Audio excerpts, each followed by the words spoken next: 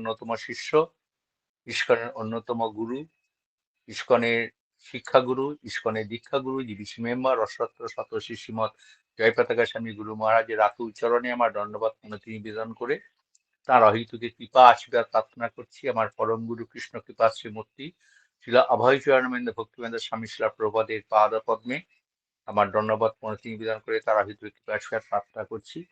যে সমস্ত প্রভুজি এবং মাতাজিরা আজকের এই ক্লাসে অংশগ্রহণ করেছেন, আপনাদের প্রত্যেকের চরণে দণ্ডবত প্রণাম জানাই। আপনাদের কাছে অনুরোধ করি, আপনার ভগবানের কাছে প্রার্থনা করুন যেন আমার কৃষ্ণের মতি হয়, আমি যেন ভগবানের কথা আলোচনা করে আপনাদের আনন্দ প্রদান করতে পারি এবং আত্মশুদ্ধি করতে পারি।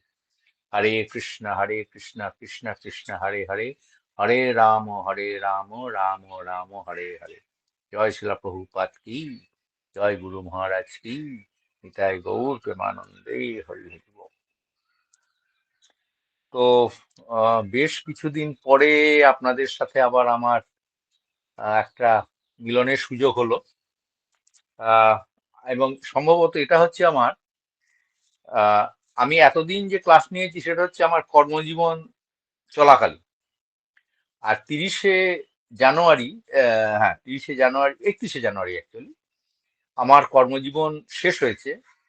মানে আমি এখন ফ্রি ম্যান। তো এই অবস্থাতে আমি প্রথম আপনাদের ক্লাস নিচ্ছি। তো আমি জানি না দুটোর মধ্যে কি তফাৎ হবে, এবং আজকে আহ, প্রভু আমাকে আদেশ করেছেন যে গৌরমণ্ডল আমাদের যে পরিক্রমা হচ্ছে সেই পরিক্রমা নিয়ে বলতে। এবং আমার অ্যাকচুয়ালি গৌরমণ্ডল পরিক্রমাতে থাকার কথা ছিল, কিন্তু একটা বিশেষ কারণে আমি সে প্রোগ্রামটাকে চেঞ্জ করতে হয় এবং আমি বাড়িতেই এখন আছি। তো ঈশ্বরের কৃপা হয়েছে যে আপনারা আমাকে করেছেন, স্মরণ করেছেন। আপনাদের কাছে দণ্ডবত প্রণাম, আপনারা আমাকে একটু কৃপা করবেন। তো আমরা এই যে গৌরমণ্ডল পরিক্রমা, গৌরমণ্ডলটা আগে জেনে নিন। এই যে নবদ্বীপ ধাম যেটা আমরা বলি, এটা অপ্রাকৃত, এটা কোনো প্রাকৃত কোনো জিনিস নয়। আমরা এটা জানি যে যখন বৃন্দাবন সৃষ্টি করলেন কৃষ্ণ, তখন তিনি তার আগে রাধারানীকে বলেছিলেন যে আমরা ইয়েতে যাব, মানে কি ইয়েতে আসবেন, এই ভূভারতে, পৃথিবীতে আসবেন, এবং সেখানে আমরা আমাদের লীলা বিলাস করব, এবং তোমাকেও যেতে হবে। তখন লক্ষ্মী দেবী তখন করেছিলেন, অস্বীকার করেছিলেন, বলছে আমার পক্ষে ওখানে যাওয়া সম্ভব না। বলছে কেন? কারণ ওখানে তো গোবর্ধন নেই, ওখানে যমুনা নেই, ওখানে কোনো কিছুই নেই, আমি কি করতে যাব? তখন ভগবান বললেন ঠিক আছে, আমি তার ব্যবস্থা করব। এবং তিনি পুরোপুরি সেই চিন্ময় ধামটাকে এই ভারতে নিয়ে এলেন। এটা অদ্ভুত লাগে, আমি যখন এটা নিয়ে শ্রবণ করি বা কোনো জায়গায় এই তথ্যগুলো দেখি, যে ভগবান এতটাই কৃপালু, সারা বিশ্ব ব্রহ্মাণ্ডে এত জায়গা আছে, তার মধ্যে কেন উনি ভারতবর্ষটাকে সিলেক্ট করলেন। এবং এটা নিয়ে অনেক ব্যাখ্যা আছে, আমি ওইটাই এখন আর এই মুহূর্তে যাচ্ছি না, কারণ আমাদের তাহলে পারপাসটা হয়তো ঠিক মতো টাইমটা পাবো না। ঠিক তেমনি ভাবে কৃষ্ণকে খুশি করার জন্য রাধারানী তিনি যে জায়গাটা তৈরি করলেন সেটা হচ্ছে নবদ্বীপ ধাম। নবদ্বীপ, এটা দুটো মানে হয়। নব মানে হচ্ছে নতুন, নব, আর একটা মানে হচ্ছে নব মানে নয়। আমাদের দুটোরই মানে আছে। নব, নতুন করে সৃষ্টি করেছেন কৃষ্ণের পৃথিবীধানের জন্য, এবং সেখানে বলা আছে কিভাবে রাধারানী দাস সখীদের নিয়ে কৃষ্ণের পৃথিবীধানের জন্য বিভিন্ন জিনিস এই নবদ্বীপ ধামে দিয়েছেন। আর একটা মানে হচ্ছে 9টা দ্বীপের সমাহার। এবং আচার্যরা এত সুন্দরভাবে এটাকে ব্যাখ্যা করেন যে এই এক একটা দ্বীপ, আমাদের যে ভক্তি 9টা অঙ্গ আছে, এই প্রত্যেকটা অঙ্গ এক একটা দ্বীপে সাধিত হয়, সেটা আমরা বলবো, এবং হয়তো একটা দুটো দ্বীপের মাহাত্ম্য বলবো। তার আগে আমি একটা আর একটা কীর্তন করবো। সেই কীর্তনটা হচ্ছে গোবিন্দ দাস। গোবিন্দ দাস ছিলেন মহাপ্রভু একদম প্রাশ্রয়, প্রিয়জন। সেই গোবিন্দ দাস আহ এই কীর্তনটা লিখেছিলেন, ভজ হুঁড়ে মন শ্রীনন্দনন্দন অভয় চরণার বিন্দরে। সেইখানে এই যে নববিধা ভক্তি, এই নববিধা ভক্তির কথা বলা আছে। এটা কি আমরা একটুখানি কীর্তনটা করে নিই, তারপর আমরা অ্যাকচুয়ালি নবদ্বীপ ধাম মাহাত্ম ঢুকবো। ভজ হুঁড়ে মন শ্রীনন্দনন্দন,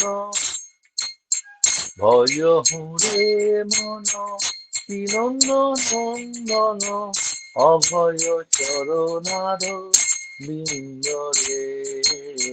ভজ হুঁড়ে মন শ্রীনন্দনন্দন অভয় চরণার বিন্দরে। দুর্লভ মানব জনম সৎসঙ্গে, দুর্লভ মানব জনম সৎসঙ্গে তর হয়ে ভব সিন্ধুরে, তর হয়ে ভব সিন্ধুরে। অভয় চরণার বিন্দরে। শীত আতপ বাত বরিশন এদিন যামিনী জাগিরে। শীত আতপ বাত বরিশন এদিন যামিনী জাগিরে। বিফলে সে বিনু কৃপণ দুরজন, বিফলে সে বিনু কৃপণ দুরজন চপল সুখ লব লাগিরে, চপল সুখ লব লাগিরে। অভয় চরণার বিন্দরে। এ ধন যৌবন পুত্র পরিজন ইছে কি আছে পর ইতিরে। এ ধন যৌবন পুত্র পরিজন ইছে কি আছে পর ইতিরে। কমল দল জল জীবন টলমল, কমল জল দল জীবন টলমল ভজহু হরিপদ নীতিরে, ভজহু হরিপদ নীতিরে। অভয় চরণার বিন্দরে। শ্রবণ কীর্তন স্মরণ বন্দন পাদ সেবন দর্শনে। পূজন সখীজন আত্মনিবেদন, পূজন সখীজন আত্মনিবেদন গোবিন্দ দাস অভিলাষরে, গোবিন্দ দাস অভিলাষরে। অভয় চরণার বিন্দরে, অভয় চরণার বিন্দরে।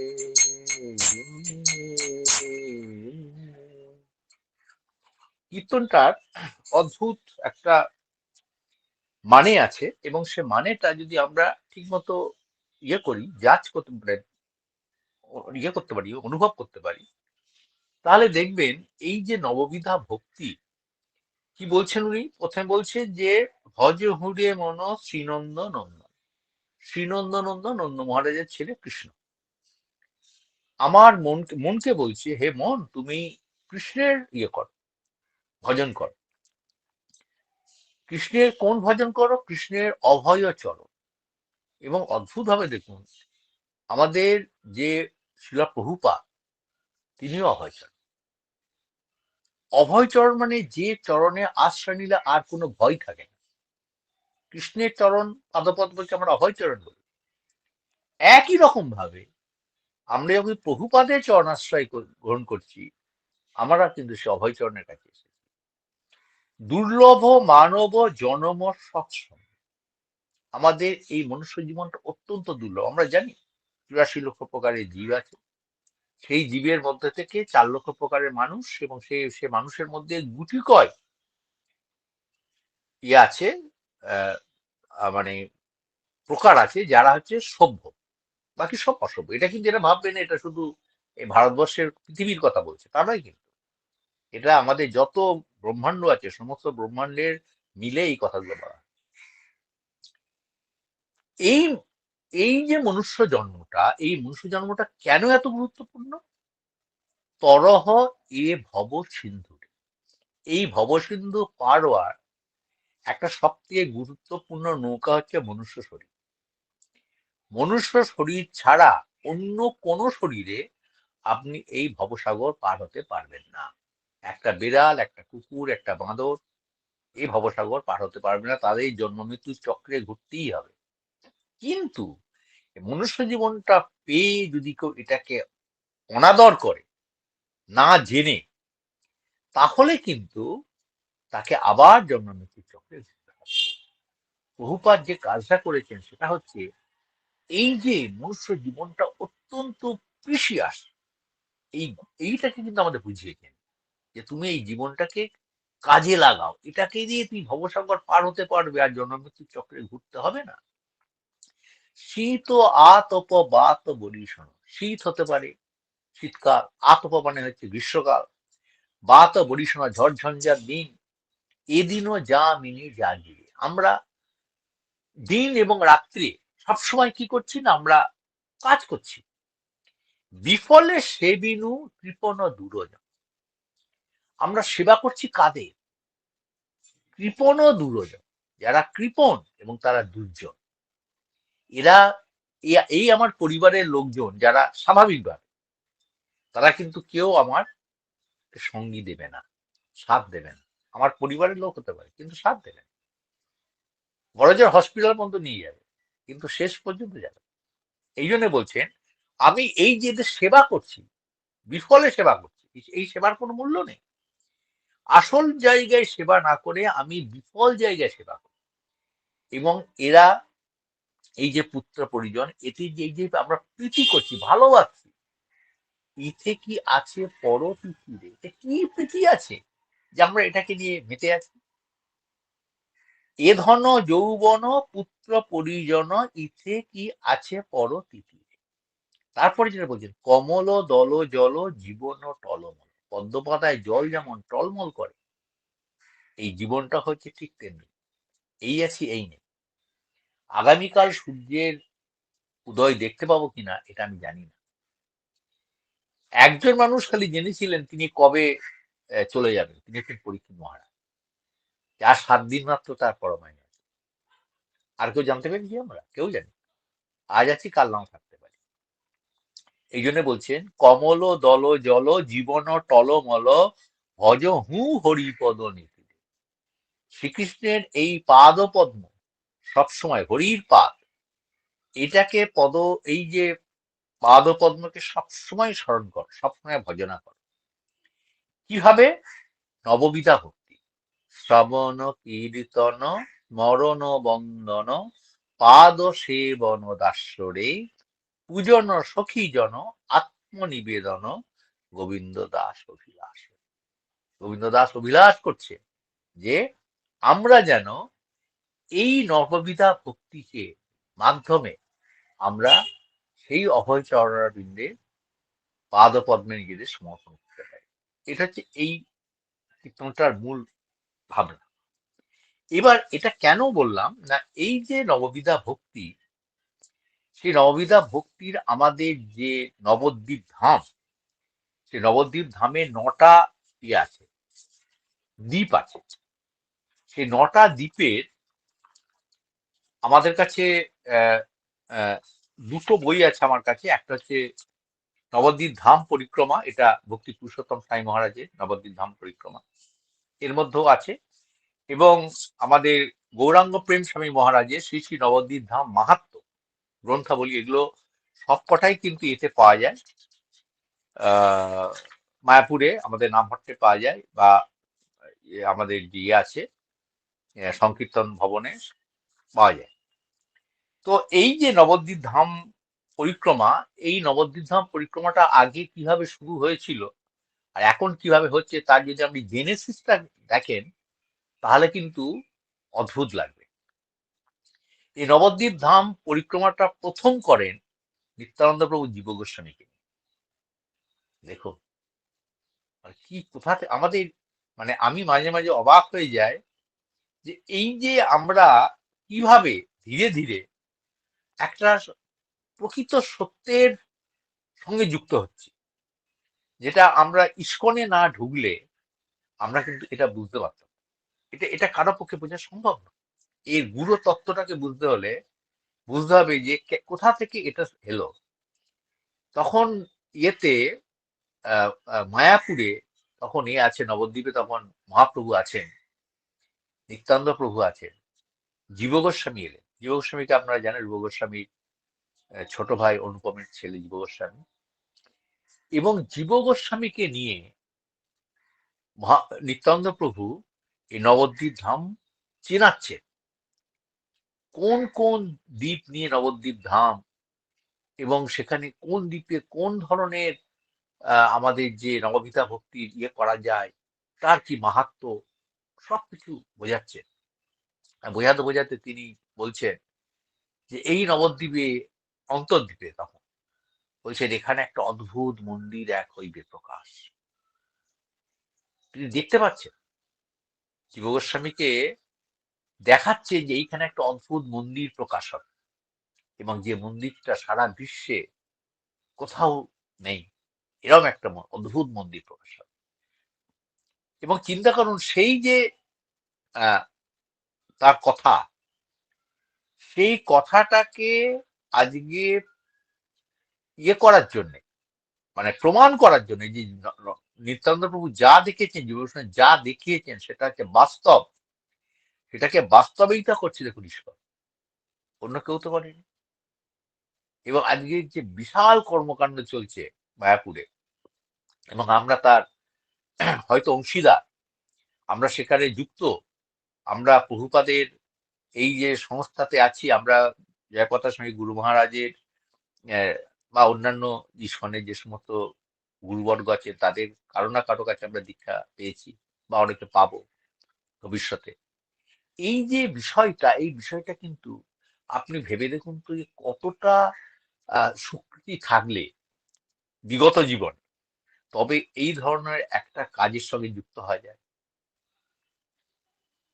আজকে সারা বিশ্ব থেকে এটা এটা এটা কি শুধু ও মানে আমাদের ভারতবর্ষের ব্যাপার তা নয়, কিন্তু সারা বিশ্ব থেকে মানুষ আসছেন এই নবদ্বীপে। এবং অদ্ভুত লাগে আমার যে প্রভুপাদ যখন এখানে প্রচার শুরু করেছিলেন, উনি কিন্তু ইন্ডিয়াতে সেরকম কোনো সাড়া পাননি, কারণ সব তো আমাদের বাঙালিরা বা কাঁকড়ার জাত, কাউকে কখনই উঠতে দেবে। ফলে প্রভুপাদ কিন্তু একটা সময় খুব বীতশ্রদ্ধ হয়ে গেছে যে কেউই কিন্তু প্রভুপাদের কথা শুনছে না। এবং তখন তিনি তার গুরু মহারাজের যে আদেশ ভক্তিচন্দ্র মহারাজ দিয়েছিলেন যে বিদেশে গিয়ে প্রচার করার জন্য প্রাচ্যে যেতে হবে। এবং সেখানে এই যে প্রাচ্য পাশ্চাত্যের মধ্যে তিনি মেলবন্ধন করার জন্য উনি যখন আমেরিকা যাওয়ার ঠিক করলেন, তিনি তো আমেরিকা প্রথমে অনেক চেষ্টা করেও পারেননি, কারণ টাকা নেই। যাবেন কিভাবে? উনি তো ফ্লাইটে যেতে পারতেন, কিন্তু ফ্লাইটে তো টাকা নেই। তখন উনি বাই শিপে গেলেন, মালবাহী জাহাজে জলদূত করে গেলেন, সেটা আপনারা জানেন। এবং গিয়ে তিনি কি করছেন না, তিনি সেখানে ইস্কন প্রতিষ্ঠা করলেন আমেরিকার মাটিতে বসে। কিন্তু হেডকোয়ার্টারটা করলেন কোথায়? মায়াপুর। উনি দিল্লিতে করতে পারতেন, উনি বোম্বেতে করতে পারতেন, উনি আমেরিকাতেও করতে পারতেন। কেন করেননি? সেটা হচ্ছে মূল বিষয়, যে মহাপ্রভুর জন্মস্থান, তোমার সারা বিশ্বের মানুষ যেখানে আসবে, এখানে সে গড়াগড়ি খাবে, এটা প্রভুপাদ জানতেন। এবং আমাদের উনি অশেষ কৃপা করেছেন। এই কৃপা করেছেন এই জন্যে যে আজকে এই যে মহাপ্রভুর স্থানে এসে আমরা এখন ধরুন 7টা দল, সেখানে প্রায় 12 থেকে 13,000 ভক্ত, তারা প্রত্যেকটা দ্বীপ পরিক্রমা করছে, সেখানে রাত্রিবাস করছে। এই সুযোগটা কে দিত? এবং এই যে জানা, একদম পার্সোনালি গিয়ে সেই সেই জায়গায় যাচ্ছেন, সেখানে মহারাজের কাছে কথা শুনছেন, সেখানে প্রসাদ পাচ্ছেন, সেখানে রাত্রিবাস করছেন, এই একটা অপূর্ব একটা জিনিস, যেটাকে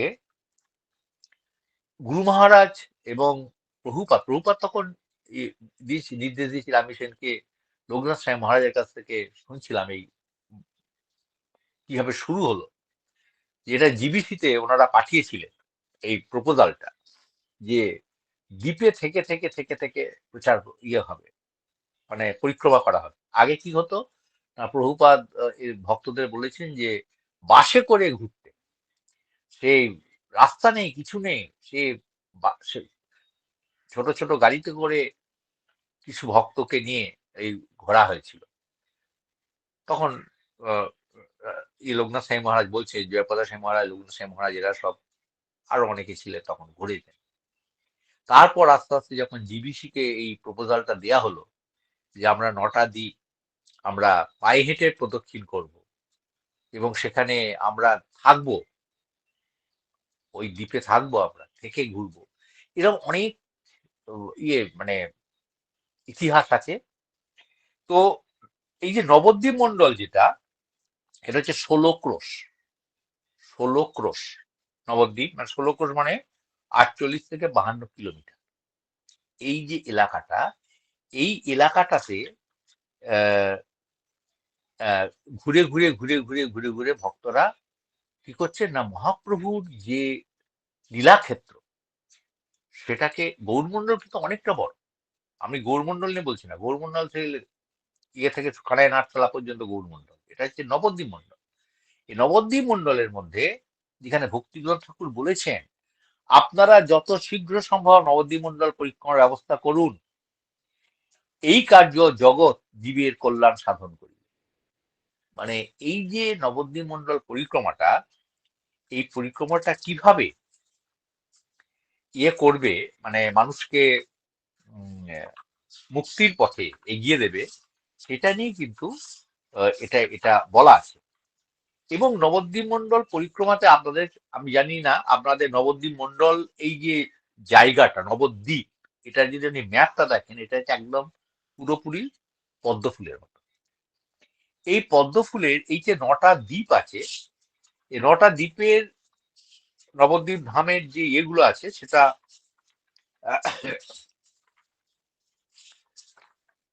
আমি একটু বলে নিই। নবদ্বীপ ধাম পরিক্রমার যে কি কি দ্বীপ আছে, এবং সেখানে অনেক কিছু নদী আছে। প্রথম যে দ্বীপটা, সেই দ্বীপটা হচ্ছে অন্তর্দ্বীপ। এবং আপনাদের যদি ম্যাপটা থাকে, আপনারা যদি ম্যাপটা খোলেন, তাহলে দেখবেন একদম পদ্ম ফুলের যেটা কোরক, যেটা মাঝখানটা, সেই মাঝখানটাকে বলা হয় অন্তর্দ্বীপ। একদম মাঝখানটা অন্তর্দ্বীপ। আর চারদিকে 8টা পাপড়ির মতো আছে, বিছিয়ে আছে 8টা দ্বীপ। অদ্ভুত, মানে এই ব্যাখ্যাগুলো জানলে বুঝতে পারবেন যে নবদ্বীপ মন্ডলের মাহাত্ম্যটা কি। এই যে নবদ্বীপের মাহাত্ম্যটা যদি আপনি না জানতে পারেন, তাহলে আপনি কখনোই এর প্রতি আসক্তটা আসবে না। এবং এই নবদ্বীপ এবং বৃন্দাবনে একে অপরের একদম পরিপূরক, একে অপরের ঠিক পরিপূরক। এবং এখানে প্রথম যে দ্বীপটায় অন্তর্দ্বীপ, এটা হচ্ছে আত্মনিবেদন। এই যে আমরা বলছিলাম না যে পূজন সখীজন আত্মনিবেদন, এই আত্মনিবেদন বা পূর্ণ শরণাগতির দ্বীপ হচ্ছে এই অন্তর্দ্বীপ। অন্তর্দ্বীপের পরই হচ্ছে 2 নম্বর যে দ্বীপটা, সেটা হচ্ছে সীমন্ত দ্বীপ। এবং সেখানে শ্রবণ, সীমন্ত থেকে আমরা দেখি শ্রবণ, সীমন্ত দ্বীপ। এবং আমরা দেখবেন সীমন্ত দ্বীপে, ওখানে সীমন্তিনী দেবী আছেন, তিনি হচ্ছেন পার্বতী।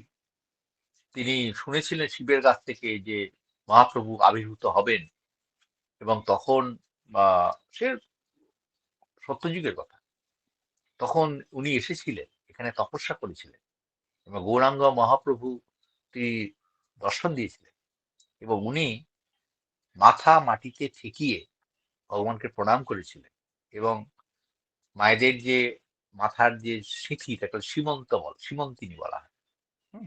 এটা ঠেকিয়ে প্রণাম করেছিলেন থেকে সেখান থেকে তা হলো সীমন্ত দ্বীপ। হ্যাঁ, এটা হচ্ছে শ্রবণম, সীমন্ততে শ্রবণম। তারপর ওইখান থেকে যদি আপনি সীমন্ত দ্বীপের অন্তর্দ্বীপের ঠিক কাছাকাছি আছে গোদ্রুম দ্বীপ। গোদ্রুম হচ্ছে কীর্তন, শ্রবণ, প্রথম হলো শ্রবণ, তারপর হচ্ছে কীর্তন, তারপর হচ্ছে 4 নম্বর হচ্ছে মধ্যদ্বীপ। মধ্যদ্বীপে হচ্ছে স্মরণ, শ্রবণ কীর্তন স্মরণ। দেখুন কীর্তনের সঙ্গে মিলতে দেখুন, আগে শ্রবণ, শ্রবণের জন্য আমরা কি বললাম, শ্রবণের জন্য বললাম হচ্ছে সীমন্ত দ্বীপ, তারপর হচ্ছে আমাদের কীর্তন গোদ্রুম দ্বীপ, তারপর হচ্ছে স্মরণ মধ্যদ্বীপ, তারপর হচ্ছে পাদ সেবন, সেটা হচ্ছে কোল দ্বীপ, পাদ সেবন, এবং তারপর হচ্ছে ঋতুদ্বীপ যেখানে হচ্ছে অর্চন, তারপর হচ্ছে জন্মদ্বীপ, এটা হচ্ছে বন্দন, এবং তারপর হচ্ছে মোদদ্রুম দ্বীপ দাস্য, এবং সবশেষ হচ্ছে রুদ্রদ্বীপ, সেটা হচ্ছে সক্ষম। মানে এই যে শ্রবণ কীর্তন স্মরণ বন্দন পাদ সেবন দাস্যরে পূজন সখীজন আত্মনিবেদন, এই যে নটা, সে নটার জন্য নটা দ্বীপ, এবং কোন দ্বীপে কোন কোন ভক্তির অঙ্গের হয় পাদপীঠ, সেগুলো নিয়ে বলা আছে। এবং বলছেন যে,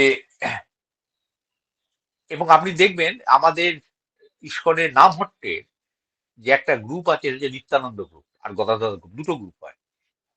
তো নিত্যানন্দ গ্রুপের যে পরিক্রমা সূচি, সেই সূচিটা হচ্ছে আমাদের নিত্যানন্দ প্রভু জীব গোস্বামীকে নিয়ে যে পথে পরিক্রমাটা করেছিলেন, সেটা হচ্ছে এই নিত্যানন্দ গ্রুপ ফলো করে। কারণ এটা তো সম্ভব নয় যে সবাই একই রুটে ফলো করবে, তাহলে তো ক্যাওস হয়ে যায়।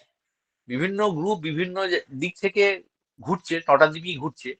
আজকে যে আহ, রুদ্রদ্বীপে যাচ্ছে, কালকে সে হয়তো এতে আসছে, কোলদ্বীপে আসছে, এইভাবে এই পুরোটাই সবাই ঘুরছে, এবং ঘুরে ঘুরে ঘুরে ঘুরে আলটিমেটলি তারা এসে পৌঁছাবে কোথায়, তার শেষ দিনে মায়াপুরে মহামিলন হবে।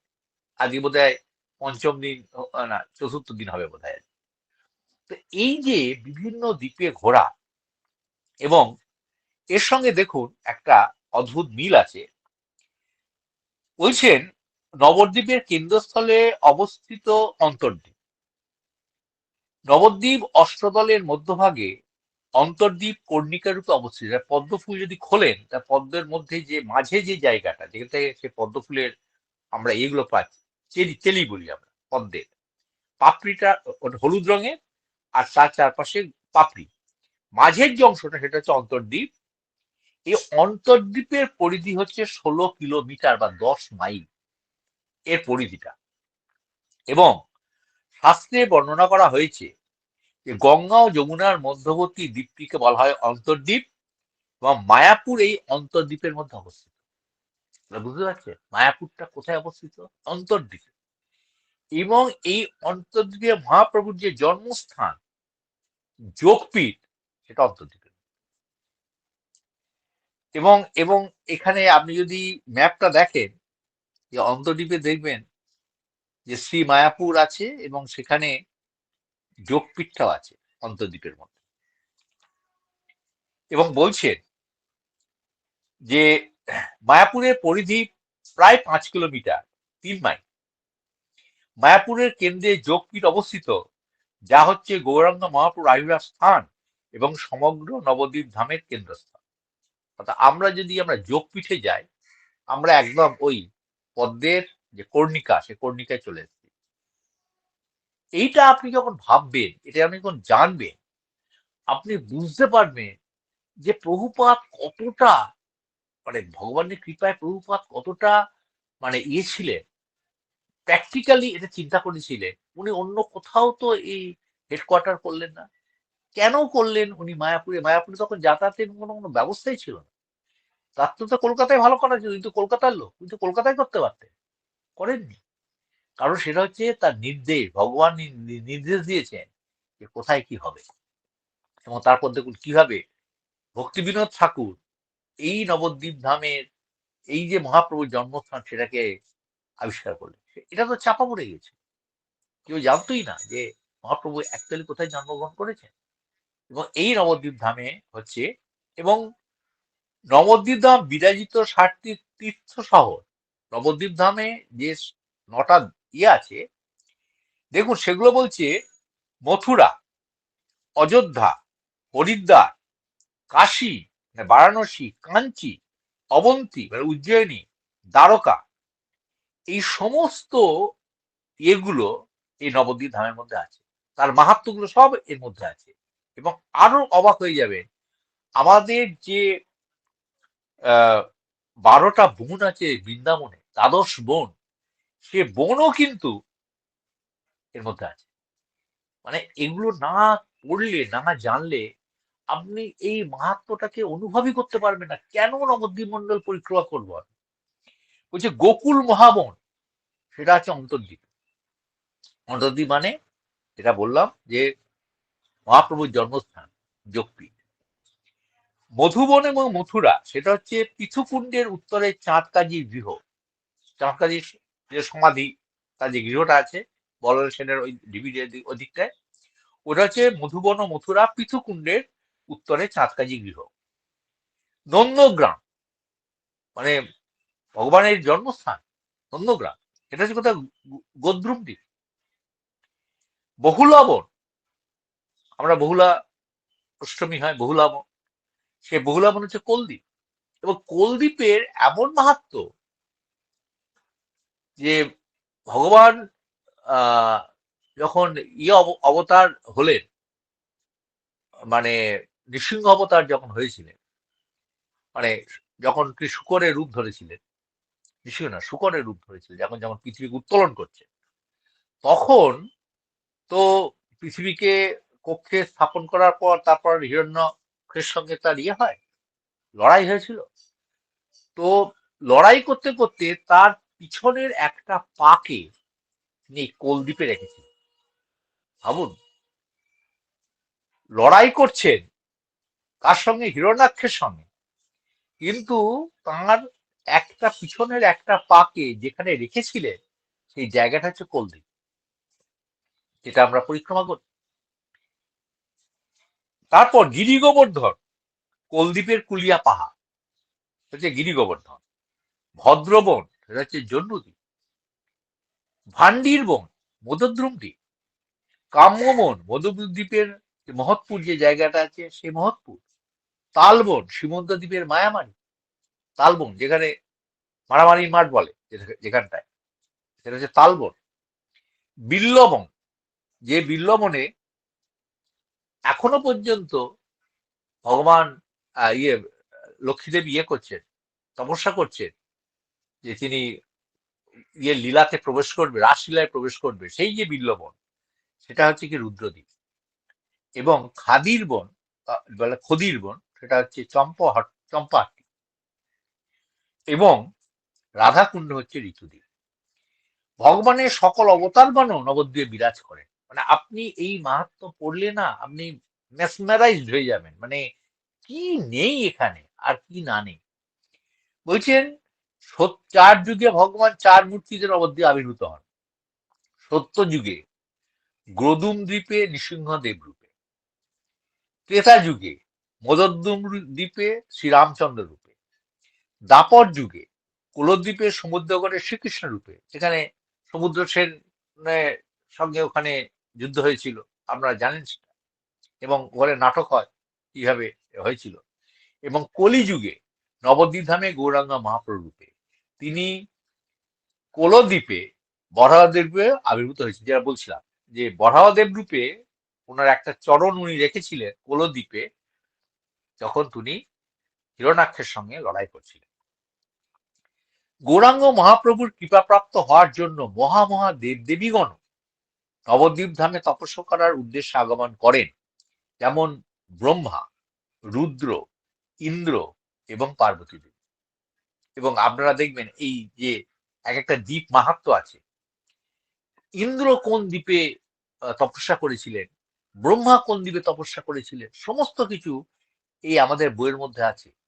এবং এগুলো যদি আপনারা মানে আমি কেন বলছি কথাগুলো, আপনি নবদ্বীপ ধাম পরিক্রমা করছেন ক্যাজুয়ালি, মানে করতে হয় করছেন, কিন্তু যখন আপনি হিস্ট্রিটা জানবেন, যখন তার মাহাত্ম্য জানবেন, তখন দেখবেন এটা আপনার কাছে অন্য একটা দোতনা নিয়ে আসবে।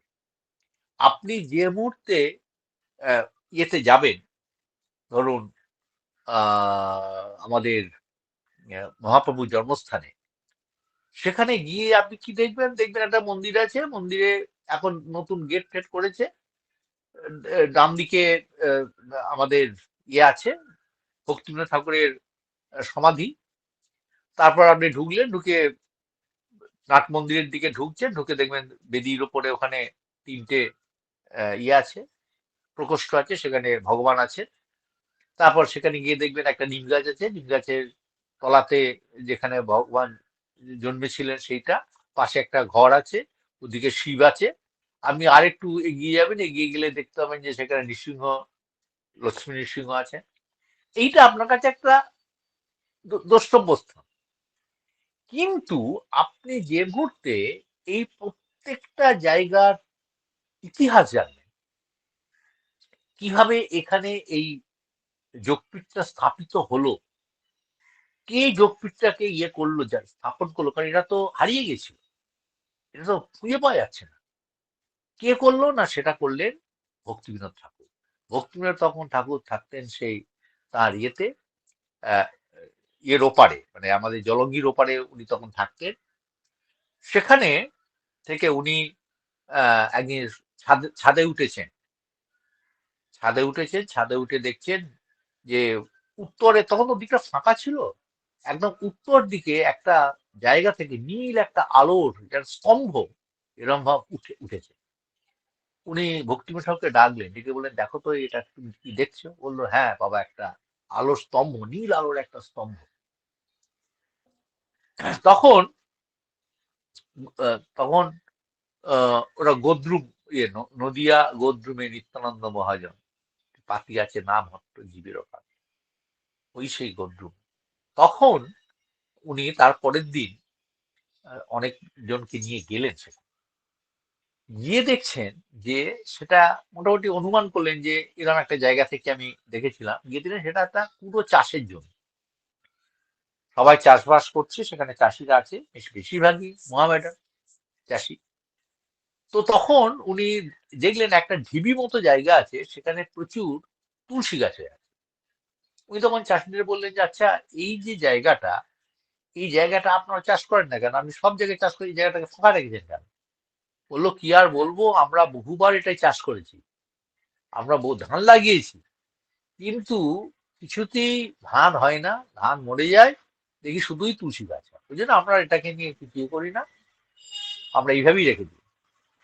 তখন ভক্তিবিনোদ ঠাকুর ভাবলেন যে এর নিশ্চয়ই একটা কোনো কারণ আছে। যেহেতু তিনি ডিস্ট্রিক্ট ম্যাজিস্ট্রেট ছিলেন, উনি তখন ওই জায়গার ম্যাপ দেখলেন। ম্যাপ দেখে উনি অনুমান করলেন যে সম্ভবত এটাই সেই জায়গাটা যেখানে মহাপ্রভুর জন্মস্থান। উনি তখন করলেন কি, উনি প্রত্যেকের কাছ থেকে 1 টাকা করে ভিক্ষা গ্রহণ করেছিলেন তখনকার দিনে। উনি ঠিক করলেন যে এইখানে একটা কিছু, মহাপ্রভুর এটা হারিয়ে যেতে দিলে হবে না। এবং এটা এটা যে ঠিক সেই জায়গায়, এটা কনফার্ম করার জন্য তিনি আরেকজনের সাহায্য নিলেন। তিনি কে? রয়েছেন তার গুরুদেব জগন্নাথ দাস বাবাজি। জগন্নাথ বাবাজি থাকতেন কিন্তু বৃন্দাবন, তার বিহারী বলে একজন সেবক ছিল। তো জগন্নাথ দাস বাবাজি একদিন বিহারীকে বলছেন, তখন কিন্তু এই মহাপ্রভুর এই ঘটনাটা তখন মানে মোটামুটি ভাবে ভক্তিবিনোদ ঠাকুর ইয়ে করছেন আর কি, চিন্তা ভাবনা করছে। তো উনি তখন বলছেন বিহারীকে, বিহারী, আমি আর নবদ্বীপে থাকবো না, ইয়েতে বৃন্দাবনে থাকবো না। বলছে, কেন? বলছে, না, মা যশোদা বড্ড ইয়ে শাসন করে গোপালকে, আমার এটা ভালো লাগবে না। দড়ি দিয়ে নজ্জে বেঁধে ইয়ে করছে, খেতে দিচ্ছে না, এরা অভিযোগ করছে। তারপর উনি তখন বললেন যে না, আমি এতে চলে যাব, নবদ্বীপ চলে যাব। নবদ্বীপে ওখানে সচিমা কিন্তু আমার গোপালের কোনো ইয়ে করে না। সচিমা গোপাল কত, চৈতন্য মহাপ্রভু তখন গোপাল বলতেন যে গোপাল কত দুষ্টুমি করে, চাল ডাল এক করে দেয়, হাঁড়ি ভেঙে দেয়, কিন্তু মা কোনোদিন, সচিমা কোনোদিন গোপালকে মারেনি। তা আমরা ওইখানেই চলে যাবো, চল। এবং এরম নয় যে বৃন্দাবন থেকে এই নবদ্বীপে আসাটা ট্রেনে করে আসা যাবে, হেঁটে আসতে হবে। এবং জগন্নাথ দাস বাবাজি তখন এমন এত বয়স হয়েছে এবং এত ইয়ে ছিলেন, মানে অথর্ব হয়ে গেছিলেন যে তিনি হাঁটতে পারবেন না। এবং শিষ্যকে তিনি, বিহারী হচ্ছে তার শিষ্য, তাকে তিনি ইয়ে করছেন, আদেশ দিচ্ছে যে আমাকে ইয়েতে নিয়ে চল, আমি নবদ্বীপ যাব। বিহারী আনবে কি করে? দেখুন শিষ্যের কিরম কর্তব্য গুরুর প্রতি। তিনি ঠিক করলেন যে উনাকে একমাত্র সম্ভব যদি আমি মাথায় করে বই আনতে পারি, এছাড়া সম্ভব না। ওই রকম একটা মানুষকে মাথায় বসিয়ে, ঝুড়িতে ঝুড়ি করে বসিয়েছেন, বসিয়ে তিনি নিয়ে আসছেন বৃন্দাবন থেকে। কত দিন লাগতে পারে, কত কিলোমিটার হাঁটতে হতে পারে, তার সমস্ত কাজ, তার প্রাতকৃত্যাদি করা, তাকে প্রসাদ দেওয়া, তার সমস্ত কিছু কাজ এই বিহারী করছে। এবং সে দিনের পর দিন, বলছে 1400 কিলোমিটার এইভাবে হেঁটে, ভাবা যায়? হাঁটতে হাঁটতে হাঁটতে হাঁটতে তিনি এসে পৌঁছালেন। এবং তিনি নবদ্বীপে তখন জগন্নাথ দাস বাবাজি থাকতেন। ভক্তিবিনোদ ঠাকুর উনি জানতে পারলেন যে জগন্নাথ দাস বাবাজি এসেছেন। উনি ওনাকে বললেন যে এরকম একটা ব্যাপার, আপনি কি যেতে পারবেন? এবং তখন তার চোখের পাতা আর ইয়ে হয় না, মানে খুলতে পারেন না, মানে চোখের পাতা টেনে দেখতে হয়। তখন উনি করলেন কি, সেই বিহারীকে নিয়ে তখন ইয়ে এলেন, জগন্নাথ দাস বাবাজি এলেন ওই জমিটায়। এসে যখন বিহারী ওই জায়গাটা দাঁড়ালো, জগন্নাথ দাস বাবাজি এত উচ্ছ্বসিত হলেন, উনি ওই মাথার ওপরেই ঝুড়িতে মানে নাচতে শুরু করছেন এবং ওইখান থেকে লাফ দিয়ে নামলেন। মাথায় দাঁড়িয়ে থাকলে অন্তত মিনিমাম তো 4-5 ফুট হাইট, 5 ফুট উঁচু থেকে লাফিয়ে ওই মাটিতে নামলেন, ওই জায়গাটায় যেখানে তুলসী বন। এবং নেমে উদন্য নৃত্য করছেন এবং বলছেন এই তো আমার প্রভুর স্থান, এই তো আমার প্রভুর স্থান। এবং অদ্ভুত লাগবে, দেখুন যদি আমরা এই জগন্নাথ দাস বাবাজির যে প্রণাম মন্ত্র, সে প্রণাম মন্ত্রটা যদি আমরা পাঠ করি, আমি আগে তো না এই ব্যাপারটাকে কখনোই বুঝতে পারতাম না যে এই কথাটা কেন জগন্নাথ বাবার মধ্যে এর ইয়েটাই নাকি একটু সাক্ষী আছে কিছু যে এই ঘটনাটা ঘটেছিল। দেখুন জগন্নাথ বাবাজি প্রণাম মন্ত্রে কি বলছেন, শ্রী গৌরা ভীরভাগ ভূমিস্থান নির্দেশটা সজ্জন প্রিয়। অর্থাৎ গৌরাঙ্গ মহাপ্রভুর যে জন্মেছেন সেই যে স্থানটাকে নির্দিষ্ট করেছেন যিনি, শ্রী গৌরাঙ্গ, শ্রী গৌরা বীরভাব ভূমি তাম, মানে যে ভূমিতে গৌরাঙ্গ বাবু জন্মগ্রহণ করেছেন সেইটাকে যিনি নির্দেশ করেছেন, সেই বৈষ্ণব সার্বভৌম জগন্নাথকে প্রণাম করতে পারো, আমরা প্রণাম মন্ত্রে প্রণাম করি। অর্থাৎ এটা প্রমাণ করছে যে যে ঘটনাটা আমরা ব্যাখ্যা করছি তার কিন্তু একটা সঠিক হিস্ট্রি আছে। এবং এই হিস্ট্রিটা নির্দেশ করছে যে ওই জায়গাটাই হচ্ছে একমাত্র জায়গা যেখানে মহাপ্রভু জন্মগ্রহণ করেছিলেন। তো এইভাবে যদি আমরা দেখি তাহলে দেখতে পাবো যে আস্তে আস্তে কিভাবে এই পরিক্রমার জায়গাটা হচ্ছে। এবং সেখানে আর একটা জিনিস দেখুন,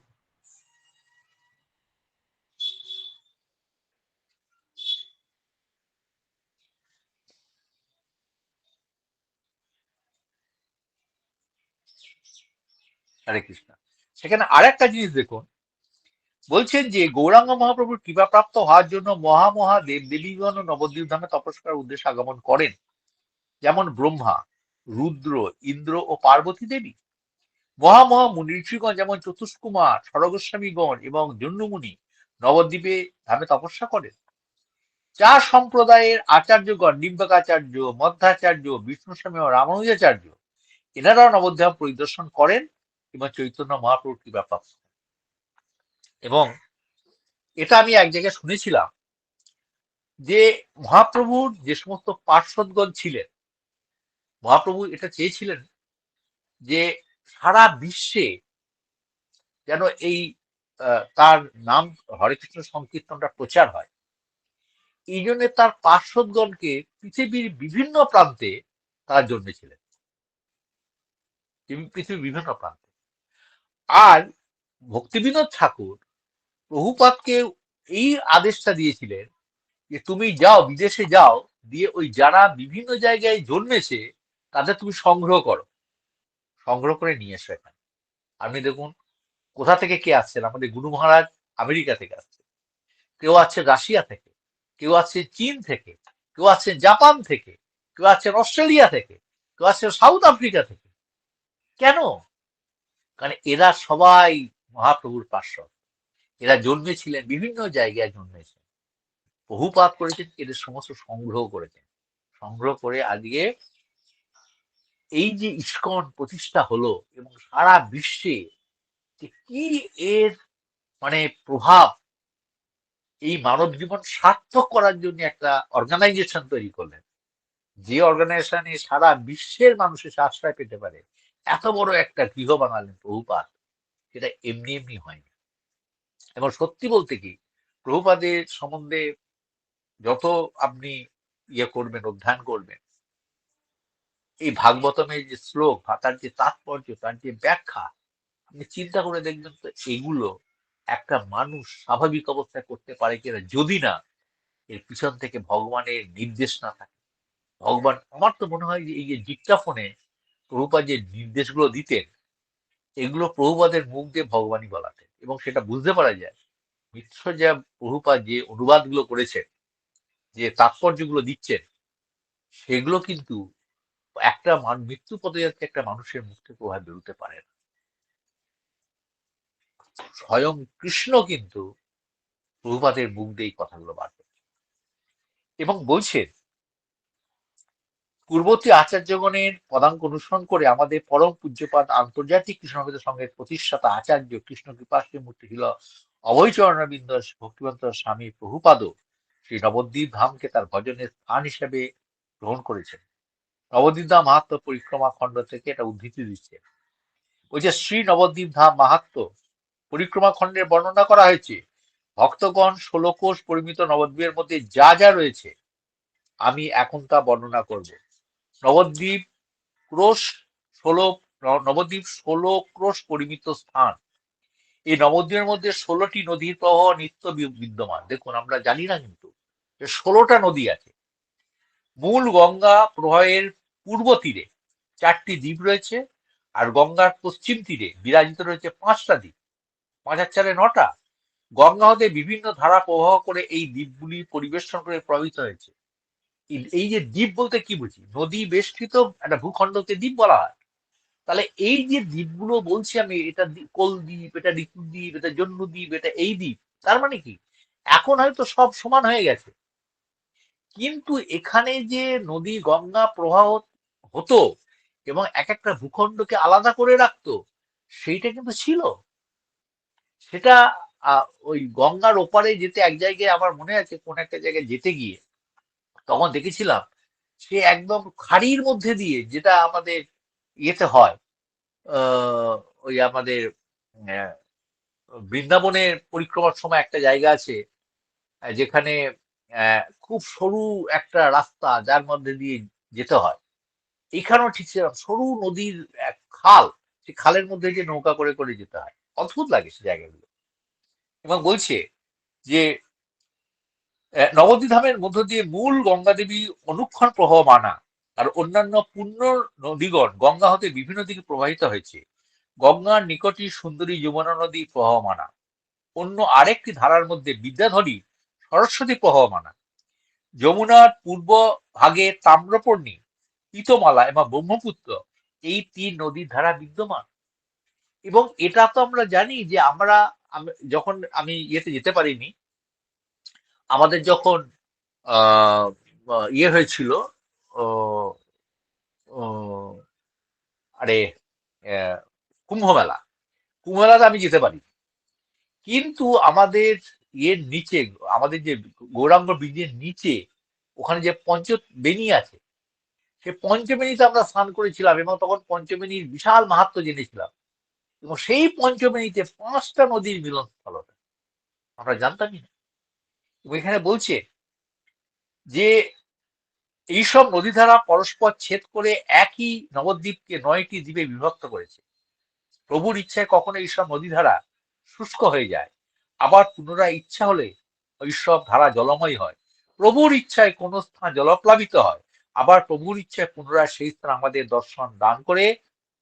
এইভাবে এই শুভ নবদ্বীপ ধাম নিরবধি লীলা সংঘটিত করছে। এটা কিন্তু কোনো জলজাগতিক জায়গা নয়।